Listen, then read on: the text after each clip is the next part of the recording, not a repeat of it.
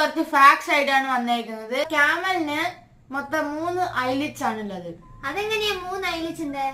നമുക്ക് മനുഷ്യര് മേലേന്ന് ക്ലോസ് ചെയ്യാനും അടിയിന്ന് ക്ലോസ് ചെയ്യാനും 2 ഐലിറ്റ്സ് ആണുള്ളത്. പക്ഷെ ക്യാമലിന് മേലിന്ന് ക്ലോസ് ചെയ്യാനും അടിയിന്ന് ക്ലോസ് ചെയ്യാനും പിന്നെ സൈഡിൽ നിന്ന് ക്ലോസ് ചെയ്യാൻ വേണ്ടിട്ട് കൂടെ ഒരു ഐലിഡ് ഉണ്ട്. അതുകൊണ്ട് അത് മൊത്തം ചേരുമ്പോൾ 3 ഐലിറ്റ്സ് ആണ്. പിന്നെ നമ്മുടെ സെക്കൻഡ് ഫാക്ട് എന്താന്ന് വെച്ച് കഴിഞ്ഞാൽ നമ്മുടെ ആകെ കുറച്ച് പേർക്ക് മാത്രമേ നമ്മുടെ നാക്ക് വെച്ച് അവരെ എൽബോ തൊടാൻ പറ്റുള്ളൂ.